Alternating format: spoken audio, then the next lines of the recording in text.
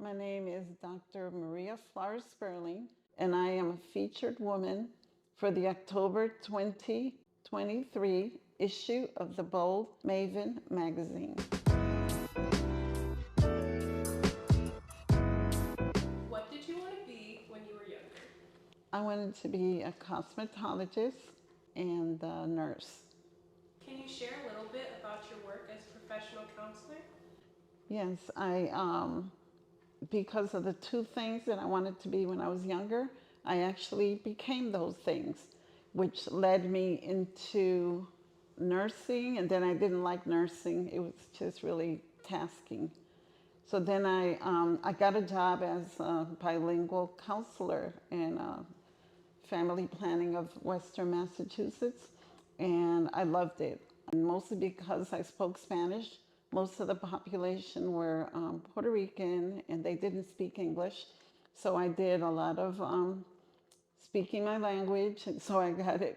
I got to learn a lot more Spanish than what I knew before, and that led me to moving here to Georgia, and then I became a substance abuse counselor and HIV counselor and mental health counselor all in once. But everybody I did counseling for, they all had AIDS, they all had mental illness, and they all had some addiction problems. And I did that for over 15 to 20 years, and I loved working with that population. How did the people you treated help you find purpose? They actually encouraged me, they inspired me, because a lot of them were homeless. They didn't have anything. They had a little bag with something somebody had given them. They were so grateful. They loved God. They had so much faith. They had HIV. They had mental illness. They had all these slew of things. And that's not what bothered them, even though they knew they were dying and they knew they had an addiction, that if they didn't stop using drugs, they were gonna die, but they didn't really care. They just were grateful to be alive. They lived life for now, and I really learned a lot from them. They really inspired me so much as, later on in my life, the things that happened on, I really learned from them. What are some of the books that you have written? I wrote Whose Little Girl Is This? This was my baby. Whose little girl is this? Is because I found out that the man that I knew as my father is not my father. And I found out through people, through looking at my family. Everybody in my family is brown, and I'm not brown. And I have green eyes, and I was a natural little blonde girl. That the name came from people saying, "Whose little girl is this?" Puerto Ricans do that. They'll look around and they don't know, the kid doesn't belong. They'll say, "Whose little kid is this?" And that's where the name came from. And I'm like, I didn't know what to, it was a good title for me. And then I went on a journey to find my father, to find out who he was. And I had to cut down the pages because I talk a lot, I write a lot. And it costs a lot of money to charge you per word, so it's a lot of words. But I've written a few other books, but they're not published yet. One for cooking. I got a cooking book because I have MS. I figure I have 20 minutes standing before a symptom comes up. My back hurts or my leg or whatever. So I made meals that are less than 20 minutes. Why is it important to you to share your story? I think a lot of women would get a lot out of it. I'm a professional counselor. I have a lot of counseling information in here that you can understand, anybody can understand, that everybody's not privy to, because I learned it, and I teach women in a way how to behave, how to take care of yourself, how to go about. If you want a good husband, if you want to get a good man, you got to be a good woman too. It's not a one-way street. So I have all that in there, all about my family, all about being Puerto Rican and growing up Puerto Rican, and a lot of other things.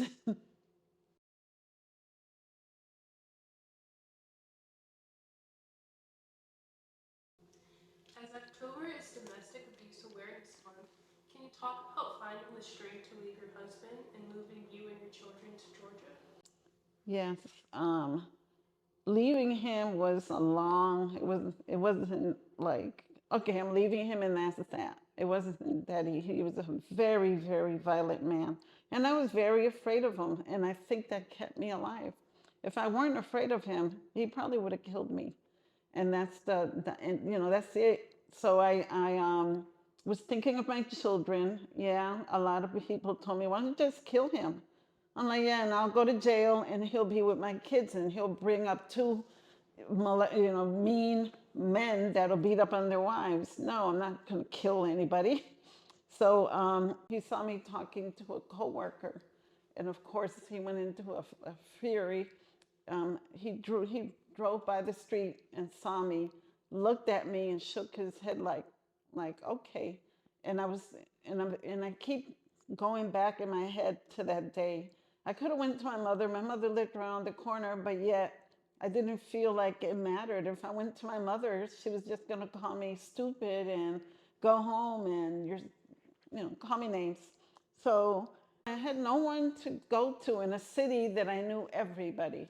So I decided to go home, and I almost died that night.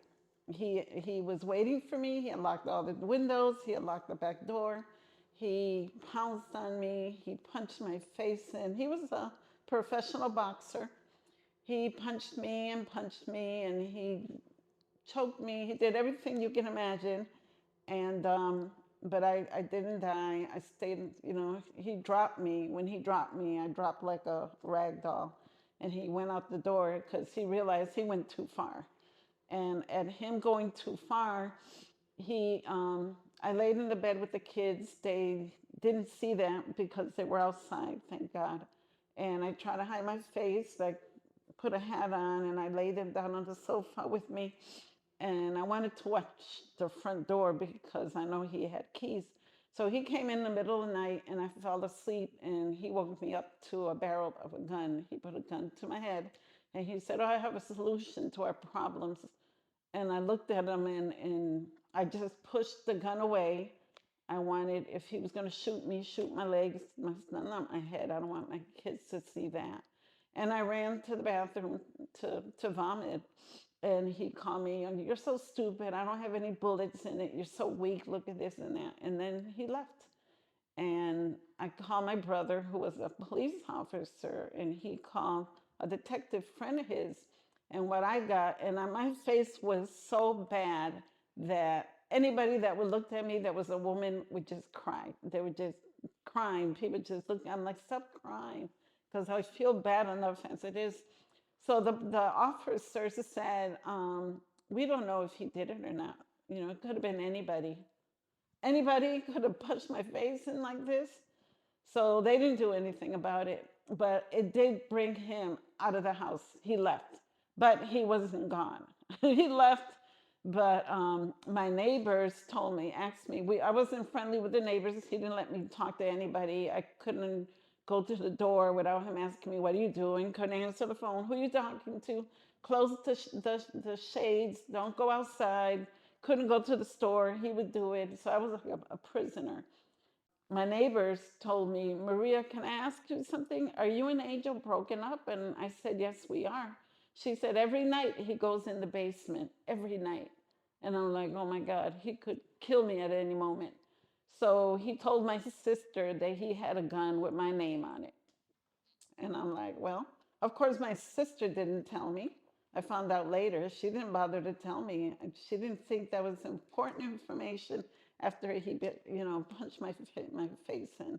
So that led me to gather my kids. And in the meantime, I met someone else. I met someone from Georgia. That's how I got here. And we started dating. He was African American. They got into it for a minute because my ex was calling me names, whore, and bees, and all this.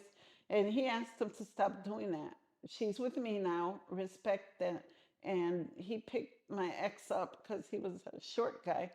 And my new boyfriend picked him up and put him against the fence and said, "Look, If he was a nice guy too. If you keep this up, I'm gonna have to let you know what you do to her, I'm gonna do to you. So he left me alone. He just for a little while. So in the meantime, it gave me a year to visit Georgia, come back, and I decided I wanted to live here. And we packed up and moved to Georgia. Thank you for sharing your story. You're welcome. For anyone in our audience who needs help getting out of an abusive relationship, can you share some words of encouragement?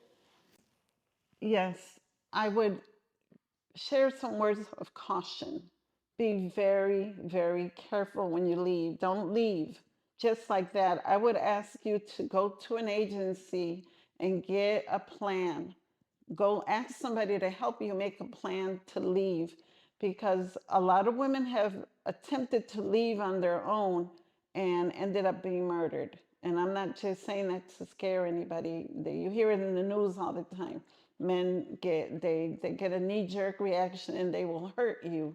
So the best thing to do is take your time, just calm down, ask somebody how to do it correctly, meaning slowly get your things together, slowly get some money together, slowly plan where you're going to go, and then you do that. But leaving is something I wouldn't even tell anybody. Go ahead and leave.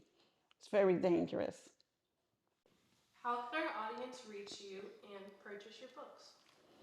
Well, I'm on Facebook, I'm on Instagram, but I don't really go there much, and YouTube. They can reach me at any of those. My name and number is on there, and they can just text me or send me a little post. My books are on staninc.com. That's my husband's company, and he has it on his page. To continue this conversation, you can read my feature story on theboldmaven.com.